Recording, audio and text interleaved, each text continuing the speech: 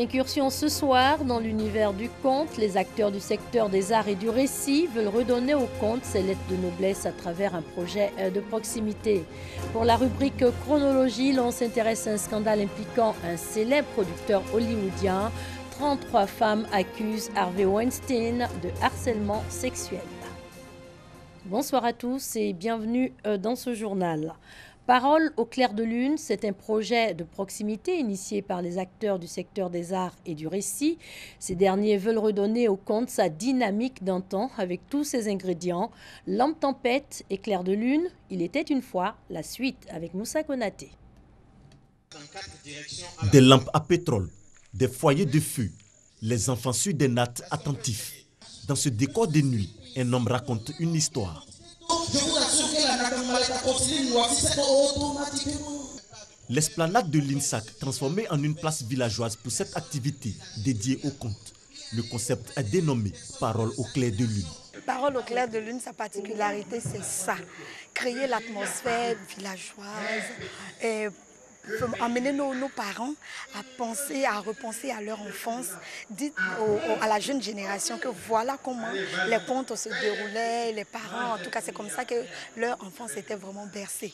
Et la seconde particularité, c'est d'envoyer les acteurs du conte vers le public, vers la population. Ramener le conte dans son environnement d'origine pour mieux en faire la promotion. Long chemin à parcourir peut-être, mais déjà l'action semble avoir conquis les cœurs. Moi, je trouve que c'est une très bonne initiative, surtout qu'il y a des enfants qui sont là. Donc, les enfants, c'est l'avenir du pays. Donc, ces enfants-là vont grandir avec cette idée-là dans la tête, et que le conte, c'est très bon. Je pense que ça peut redonner le goût du conte à ces enfants-là qui sont la génération future. Faire revivre le passé, l'époque où les populations dans les villages se réunissaient pour écouter les contes, des sujets imaginaires ou faits vécus, une forme d'éducation. Le conte pour moi, c'est la vie, c'est l'école de la vie, c'est l'école de la connaissance, c'est l'école du savoir. Parce que autant de nos parents, ils ne racontaient pas des histoires pour raconter. Ils observaient les jeunes et les enfants et ils voyaient qui s'était mal comporté. Et en fonction de ça, on créait des histoires pour éduquer. Alors pour moi, le conte, c'est l'école de la vie, c'est l'école du savoir, c'est l'école de la connaissance. Dans le temps, on n'avait pas, comme on appelle, des écoles chez nous. Et à travers le conte, on arrivait à éduquer nos enfants, à les inculquer un savoir, n'est-ce pas? Et alors nous, en tant que conteurs aujourd'hui, nous avons voulu suivre ces traces-là afin de pouvoir aider aussi certaines générations qui n'ont pas peut-être la chance de mettre les pieds sur les bancs, d'aller à l'école, et aussi aider ceux qui sont aussi à l'école à revenir à la source. L'une des caractéristiques du conte est la moralité, celle qui découle des histoires. Mieux, l'utilisation des proverbes. Si par exemple on est en train de régler un problème au village et que la personne ne peut pas accepter le pardon, on lui dit tout simplement que ce n'est pas parce qu'on a mal tué l'animal qu'il faut mal le dépecer. Voilà, donc c'est des proverbes comme ça qu'on ressort pour canaliser le débat et qu'on retrouve également dans les contes. Puisque le conte, c'est la discipline qui éduque plus, qui conseille plus. Parce que notre temps, quand on était petit, le vieux, toute la journée, il observe le comportement de chacun de nous. Et puis le soir, il vient nous raconter des histoires et qui te touchent directement. En ce moment, tu te retrouves dedans. Et quand tu tires la moralité, tu prends pour toi, tu t'en vas. Demain, tu ne vas plus répéter. Le conte sert à éduquer, à divertir, à inviter à la prise de conscience. Parole au clair de lune. Le spectacle est prévu se tenir dans plusieurs localités. Une proximité avec le public pour réveiller cet art qui s'est endormi. On va parler de produits sanguins. Le besoin en Côte d'Ivoire est estimé à environ 200 000 poches de sang par an. Comme vous le voyez, le pays est encore loin du compte avec 168 000 poches. Pour aider le Lions Club, initie une opération don de sang. C'était lors d'une visite au centre de santé urbain d'Anono. Le reportage est de Eric Goré. Le Lions Club au cœur du centre de santé d'Anono ce vendredi matin pour une visite au personnel soignant et aux patients afin d'apporter leur solidarité. Au terme de cette visite, des tests gratuits de dépistage et une opération de don de sang ont lieu. Les membres de ce club service donnent le sens de ces actions. Nous avons voulu toucher la population d'Anono parce que notre rôle c'est aller vers les plus démunis, essayer de les aider pour voir quelles sont les difficultés du côté médical. Donner le sang aujourd'hui fait partie de nos convictions, de nos valeurs, servir. Et pour moi personnellement, il s'agit d'apporter de l'espérance, d'apporter de l'espoir à ceux qui en ont besoin. Le Lions Club est un club service international et bénévole. Ce club rassemble des hommes et femmes animés d'une âme de volonté de servir et de s'engager à mener des actions d'intérêt général dans un esprit d'humanisme. Hors de chez nous, en bref, Robert Mugabe n'est plus ambassadeur de bonne volonté des Nations Unies contre les maladies non transmissibles. Le directeur général de l'Organisation mondiale de la santé a annulé aujourd'hui sa nomination. Sa désignation avait été accueillie par de nombreuses critiques. Dans son pays, il est accusé d'avoir mené une mauvaise politique de santé publique. Le personnel de santé est souvent sans salaire et les médicaments bien rares.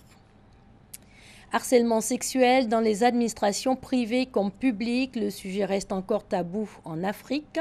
Le milieu scolaire n'est pas épargné. Les relations sexuelles entre enseignants et élèves deviennent même un moyen de pression sur les résultats scolaires. Les MST, moyennes sexuellement transmissibles, le cas du Gabon. À l'université de Libreville, on parle de moyenne sexuellement transmissible à chaque résultat d'examen. L'expression désigne les relations sexuelles entre un enseignant et une élève afin de changer les notes. Certaines étudiantes parlent de harcèlement sexuel de la part de professeurs qui utiliseraient les notes comme moyen de pression.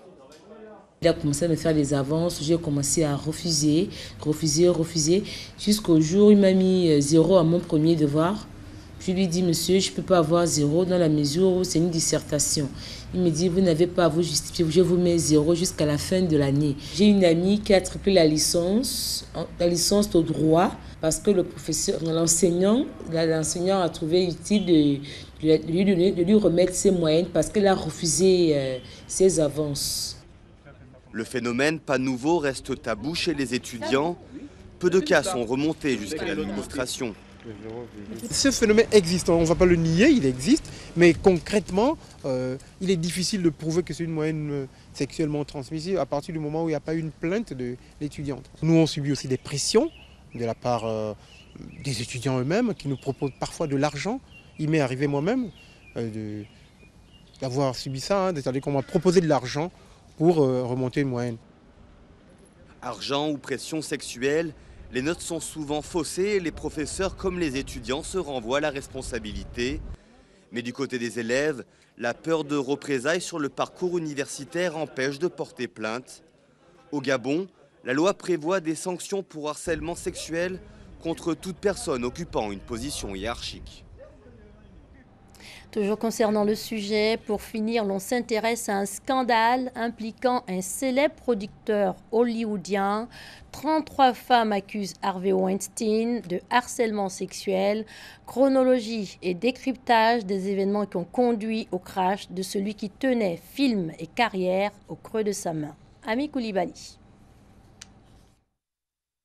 Quand est-ce que l'affaire éclate? Le 5 octobre, le New York Times et le New Yorker publient une enquête et une série de témoignages dans lesquels des femmes accusent le célèbre producteur Harvey Weinstein de harcèlement, d'attouchement, d'agression sexuelle et de viol. D'autres victimes sortent du silence, dont Gwyneth Paltrow et Angelina Jolie.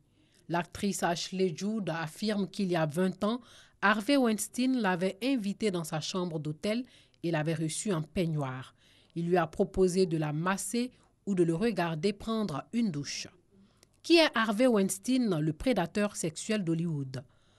Hollywood l'appelait Harvey, comme s'il n'y en avait qu'un seul. Harvey, l'homme le plus remercié aux Oscars. Tous admiraient le parcours fulgurant de ce gamin du Queens. D'abord promoteur de concerts en 1979, il crée avec son frère Bob le Miramax, le royaume des films indépendants. Il le revend en 1993 à Disney et fonde en 2005 la Weinstein Company. Le producteur qui se serait réfugié dans un centre spécialisé dans les addictions sexuelles en Arizona tenait les films et les carrières au creux de sa main. Son don inné pour remonter et sauver les films lui valut le surnom de l'homme aux doigts d'argent. En 2005, pour lutter contre sa toute-puissance, l'Académie des Oscars décide de réduire le délai qui sépare les Golden Globes de la cérémonie la plus importante d'Hollywood. Quelle suite judiciaire à l'affaire? Harvey Weinstein fait désormais l'objet de 2 enquêtes policières ouvertes le 13 octobre dernier. L'une est diligentée à New York pour une affaire remontant à 2004, l'autre à Londres pour des faits datant des années 80. La procédure s'annonce longue et complexe. Comment judiciariser les témoignages et les révélations faites dans la presse? La difficulté majeure réside dans la prescription et les éléments de preuve. Les 2/3 des femmes situent les faits de harcèlement, d'attouchement ou d'agression sexuelle dans les années 80. Les scènes racontées par les actrices, mannequins et anciennes employées se déroulent tantôt à New York, tantôt à Los Angeles ou lors du Festival de Cannes en France. Autant de lieux pour des délits dont les poursuites sont limitées dans le temps et l'espace. La dimension internationale de l'affaire Weinstein complique la donne, car les législations varient selon les pays. En 2 décennies, une seule femme a osé porter plainte contre le producteur. Le producteur risque-t-il la prison ou va-t-il être condamné à une peine pécuniaire? Dans le système américain, une condamnation lors d'un procès au pénal peut être prononcée au-delà du doute raisonnable. Ces procès sont difficiles à remporter car la défense mettra en doute la crédibilité de la plaignante. Un placement en détention provisoire peut être envisagé. Le multimillionnaire pourra payer une caution pour rester en liberté avec un placement sous bracelet électronique ou une confiscation du passeport. S'agissant des autres accusations de viol, la prescription pourrait bien là encore avoir raison des poursuites. En mars 2015, Ambra Battilana Guiteres, un mannequin italien alors âgé de 21 ans, va voir la police après s'être fait toucher les seins par le producteur dans son bureau. Sur conseil des enquêteurs, elle enregistre une conversation avec Harvey Weinstein. Pour cette seule affaire, le producteur risque jusqu'à 25 ans de prison. Malgré cette plainte immédiate et cet enregistrement, l'affaire n'aboutit pas. Le procureur de New York, qui a abandonné les charges au pénal contre Dominique Strauss-Kahn en 2011, renonce à engager des poursuites faute d'éléments suffisants. Parfois, un accord financier intervient avant, comme pour Nafissatou Diallo, la femme de ménage qui accusait Dominique Strauss-Kahn de l'avoir violée. Elle aurait perçu plus d'1 million de dollars en échange de son silence. Voilà qui marque la fin de cette édition. Bonne soirée sur les antennes de l'RTI, la marque du service public.